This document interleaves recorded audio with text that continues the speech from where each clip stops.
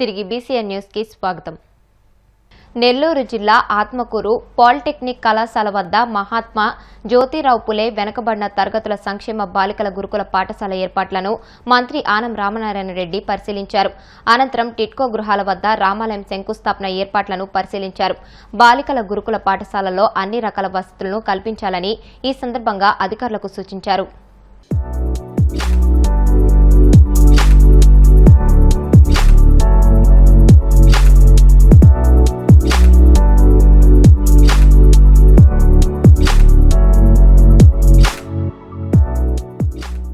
Nellore parliament party incharge రాష్ట్ర వక్ఫ్ board chairman అయిన శ్రీ అబ్దుల్ అజీజ్ గారు అందరూ కలిసి ఆత్మకూరుకు వస్తున్నారు. ఇక్కడ అభివృద్ధి కార్యక్రమాల్లో భాగస్వాములకు గతంలో ప్రారంభించి వదిలేసినవి పూర్తి చేసుకోవడానికి, అలాగే కొత్త గురుకుల పాఠశాలను ప్రారంభించడానికి ఇక్కడ వస్తున్నారు. బలహీన వర్గాల ఆడపిల్లలకు సంబంధించినటువంటి గురుకుల పాఠశాల తాత్కాలిక భవనాల్లో దాన్ని మొదలు పెడుతున్నాం. రాబోయే ఆర్థిక సంవత్సరంలో నూతన భవనాలకి వాటన్నీ కూడా మార్పు చేయడానికి నూతన భవనాలను కూడా మంజూరు చేసి వెల్ఫేర్ మినిస్టర్ గారిని, గౌరవ ముఖ్యమంత్రి గారిని కోరడానికి అన్ని సిద్ధం చేస్తున్నారు. ఆత్మకూరు అభివృద్ధి 10 సంవత్సరాల తర్వాత పునః ప్రారంభం అవుతుంది కాబట్టి ఒక మంచి కార్యక్రమంతో, దైవానుగ్రహంతో, భగవంతుని యొక్క ఆశీస్సులతో ఇది మొదలు పెట్టాలని చెప్పి టిట్కో కాలనీల్లో రామాలయాలు నిర్మాణం చేయాలనేటువంటిది రాష్ట్ర ప్రభుత్వం తీసుకున్న నిర్ణయం. అందుకనే ఆత్మకూరు టిట్కో ప్రాజెక్టులో ఈ రాష్ట్రం మొత్తానికి మొట్టమొదటి రామాలయాన్ని శంకుస్థాపనతో ప్రారంభిస్తుంది. సంవత్సరం లోపల ఆలయాన్ని నిర్మాణం చేసి సీతారామ లక్ష్మణ వీరాంజనేయుల యొక్క విగ్రహాలను ప్రతిష్ఠింపజేసి సీతారాముల కళ్యాణంతో ఆ ఆలయాన్ని ప్రారంభించి ఆత్మకూరు నియోజకవర్గ అభివృద్ధికి ఆ సీతారాముల యొక్క ఆశీస్సులు తీసుకునే ప్రయత్నం 9వ తారీఖు ఉదయం 10 గంటలకు. అక్కడ ఉన్నటువంటి బీసీ బాలికలతో కొంతసేపు ముచ్చటించిన తర్వాత మంత్రులు, అధికారులు, మీడియాతో కూడా ఇంటరాక్షన్ ఉంది. ఆ తర్వాత బలహీన వర్గాల కుటుంబాల్లోని విద్యార్థులతో సహపంక్తి భోజనంతో ఈ కార్యక్రమం విజయవంతం చేసి ప్రభుత్వానికి సహకరించాల్సిందిగా. ఢిల్లీ అసెంబ్లీ ఎన్నికల్లో బీజేపీ విజయం సాధించడంతో ఏలూరు జిల్లా ఉంగుటూరు మండలం కైకరం బీజేపీ కార్యాలయంలో పార్టీ శ్రేణులు సంబరాలు నిర్వహించుకున్నారు. రాష్ట్ర కిసాన్ మోర్చా కోశాధికారి పెన్మెత్స రామచంద్రరాజు ఆధ్వర్యంలో పార్టీ శ్రేణులు కేక్ కట్ చేసి సంబరాలు జరుపుకున్నారు. ఈ సందర్భంగా రామచంద్రరాజు మాట్లాడుతూ ఢిల్లీలో బీజేపీ విజయం నవశకానికి నాంది అన్నారు. ఈ కార్యక్రమంలో జిల్లా మహిళా మోర్చా అధ్యక్షులు అడపా శోభారాణి, పార్టీ భీమడోలు మండల అధ్యక్షులు మూర్తి, పార్టీ ఉంగుటూరు మండల అధ్యక్షులు దుర్గారావు తదితరులు పాల్గొన్నారు.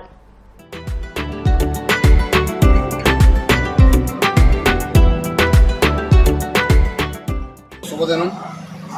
అతి ముఖ్యమైన మన ఢిల్లీ పీఠం బీజేపీ జయించుకోవడం మన చరిత్ర సృష్టించినట్టుగా అయింది. 24 సంవత్సరాల తర్వాత ఢిల్లీ పీఠం మీద రకరకాల పార్టీలు కూర్చుని చాలా అన్యాయంగా, అక్రమంగా రాజధాని సర్వనాశనం చేస్తూ అక్కడ రాజ్యాంగ విరుద్ధంగా అన్ని రకాల పనులు చేస్తూ వాళ్ళు ఆఖరి సెక్యూరిటీస్ కూడా మొత్తం నాశనం చేసి కంప్లీట్గా పూర్తి చేసుకోవాలి, దేశాన్ని సర్వనాశనం చేశారు. ముఖ్యంగా డబుల్ ఇంజిన్ సర్కార్ నినాదంతో భారతీయ జనతా పార్టీ ముందుకెళ్తున్నప్పుడు మొత్తం 28 రాష్ట్రాల్లో పూర్తిగా మన అధికారంలో ఉన్నప్పుడు కూడా ఢిల్లీ ప్రజలు ఎంతో విజ్ఞతతో ఢిల్లీ భవిష్యత్తు ఆలోచించి మన నరేంద్ర మోడీ గారిని నాయకత్వాన్ని అంగీకరిస్తూ ఈ అవకాశం మనకి ఇచ్చి ఢిల్లీ ప్రగతితో పాటు భారతదేశ ప్రగతి కూడా అంటే ఎక్కడో హైదరాబాద్లో బాంబు వెళ్తే మొత్తం ఆంధ్ర రాష్ట్రంలో వెళ్ళిపోయాడు ఇప్పుడు పూర్వం. అలాగే ఢిల్లీలో అన్ని శాంతి భద్రత కరెక్ట్గా ఉండి ఢిల్లీ డెవలప్మెంట్ ఉంటే కనుక భారతదేశం అంతా డెవలప్మెంట్ అంటే కనపడుతుంది.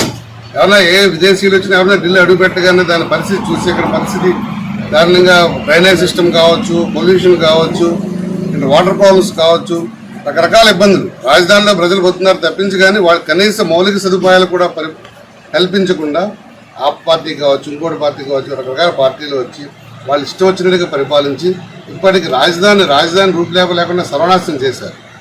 ఈ టైంలో ఢిల్లీ విజ్ఞతతో నరేంద్ర మోడీ నాయకత్వాన్ని అంగీకరించి బీజేపీకి అవకాశం ఇచ్చి చక్కగా మంచి మెజార్టీతో అత్యున్నత స్థానం నిలబెట్టినందుకు ఢిల్లీ ప్రజల కృతజ్ఞతలు తెలుపుతూ, అదేవిధంగా ఇక్కడ ఆంధ్ర రాష్ట్రంలో కూటమి ప్రభుత్వం ఎలాగో ఢిల్లీలో కూడా ఎంత అద్భుతంగా మనం పనితీరు సాధించి మనం మంచి డెవలప్మెంట్ చూపిస్తామని చెప్పి భారతీయ జనతా పార్టీ తరఫున మీ అందరికీ ఫోన్ చేస్తున్నాను. ఢిల్లీ అసెంబ్లీ ఎన్నికల్లో బీజేపీ ఘన విజయం సాధించడంతో దేశవ్యాప్తంగా బీజేపీ శ్రేణులు సంబరాలు జరుపుకుంటున్నారు. విశాఖ బీజేపీ కార్యాలయంలో బీజేపీ శ్రేణులు టపాసులు కాలుస్తూ మిఠాయిలు పంచారు. సంక్షేమం అభివృద్ధి ధ్యేయంగా దేశంలో బీజేపీ ప్రభుత్వం పాలన అందిస్తోందని నగర అధ్యక్షులు పరశురామరాజు పేర్కొన్నారు. దాదాపు 27 ఏళ్ల తర్వాత ఢిల్లీ కోటపై కాషాయ పార్టీ జెండా ఎగరవేనున్న నేపథ్యంలో పార్టీ శ్రేణుల ఆనందానికి అవధులు లేకుండా పోతున్నాయి. భారతీయ జనతా పార్టీ జెండా రెపరెపలాడుతుంది.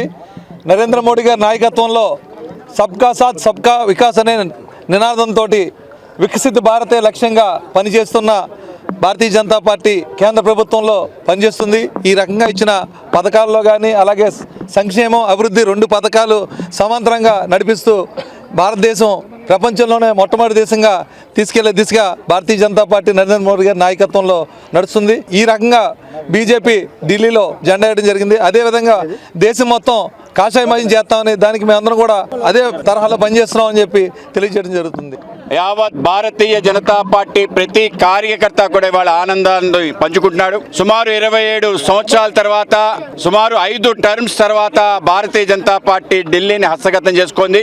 మొట్టమొదటిసారి భారతీయ జనతా పార్టీ ప్రభుత్వం మదన్ లాల్ ఖురానా గారి నేతృత్వంలో భారతీయ జనతా పార్టీ ప్రభుత్వం వచ్చింది. చివరిగా సుష్మా స్వరాజ్ గారు ముఖ్యమంత్రిగా ఉన్న సమయంలో ఆ రోజు కాంగ్రెస్ హస్తగతమైంది. సుమారు 15 సంవత్సరాలు కాంగ్రెస్, 10 సంవత్సరాలు ఆ పరిపాలన తరువాత ఇవాళ భారతీయ జనతా పార్టీ గెలుపు ఏదైతుందో మా అందరికీ కూడా ఒక తీయని కబురు. మొత్తం ప్రపంచం అంతా చాటి చెప్పే విధంగా ముందు రోజులు రాబోతున్నాయి. అలాగే ఆర్థిక వ్యవస్థ 5వ స్థాయిలో ఉన్న మనం రాబోయే రోజుల్లో 3వ స్థానానికి వెళ్ళడమే, మరికొన్ని సంవత్సరాలనే మొదటి స్థానానికి చేరుకోవడానికి ఇది నాందిగా మనం తీసుకోవచ్చు. అవినీతిని మేము పూర్తిగా తుడిచేస్తామని చీపురు కట్ట గుర్తుతో వచ్చి పూర్తిగా అవినీతిమయమై మారిపోయింది ఆ పార్టీ. అదంతా ప్రజలు తీవ్రంగా వ్యతిరేకించడం మనందరికీ కళ్ళ ముందు కనిపిస్తుంది. ఎవరైతే అవినీతికి వ్యతిరేకంగా పోరాటం చేస్తూ ముఖ్యమంత్రిగా స్థానం పొందాడో కేజ్రీవాల్, ఆయన కూడా చిత్తుగా ఓడిపోయిన సందర్భం. మద్యం కుంభకోణం అయితే అనేక కుంభకోణాలకి నిలయమైన ఆ పార్టీ పూర్తిగా పోవడంతో అక్కడ మళ్ళీ ఢిల్లీలో మంచి రోజులు అక్కడ ప్రజలకు రావడం జరుగుతుంది.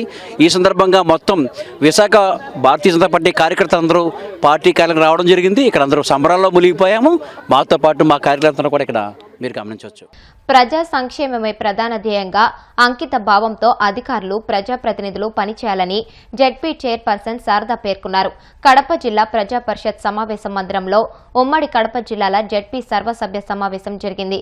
ఈ సమావేశానికి జిల్లా జాయింట్ కలెక్టర్ అదితి సింగ్ తో పాటు ZP CEO Obulamma, Kadapa MP YS Avinash Reddy, ఎమ్మెల్సీలు P Ramasubbareddy, Ramachandrareddy, Ramesh Yadav, Badvel MLA doctor Sudha, railway Koduru MLA Arava Sridhar, Annamayya జిల్లా DRO, ZP deputy CEO Maithili, జెడ్పీటీసీలు, ఎంపీటీసీలు, ఎంపీపీలు, వివిధ శాఖల జిల్లా అధికారులు హాజరయ్యారు.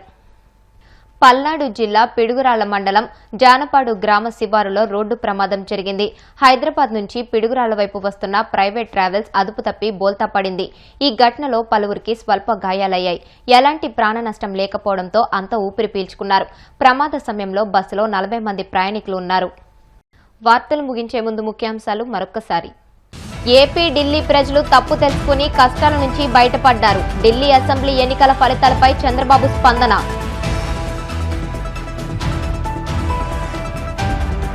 కావలిలో పలు అభివృద్ధి పనులను ప్రారంభించిన కలెక్టర్ ఆనంద్. రామయ్యపట్నం పోర్టు ఆధారిత పరిశ్రమల ఏర్పాటుతో పట్టణం పారిశ్రామికంగా అభివృద్ధి చెందుతుందని వెల్లడి.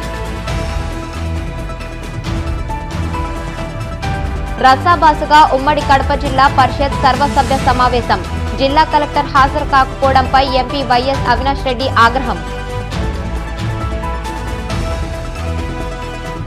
స్టీల్ ప్లాంట్ ఉద్యోగులకు జీతాలు చెల్లించకుండా కేంద్ర ప్రభుత్వం అన్యాయం చేస్తుంది. సిపిఎం నేత నరసింహరావు ధ్వజం. ఈ వార్తలు ఇంతటితో సమాప్తం. మరిన్ని వార్తల కోసం BCN digital YouTube channel, Facebook page ని ఫాలో అవ్వండి. అప్డేటెడ్ వార్తల కోసం ప్లీజ్ సబ్స్క్రైబ్.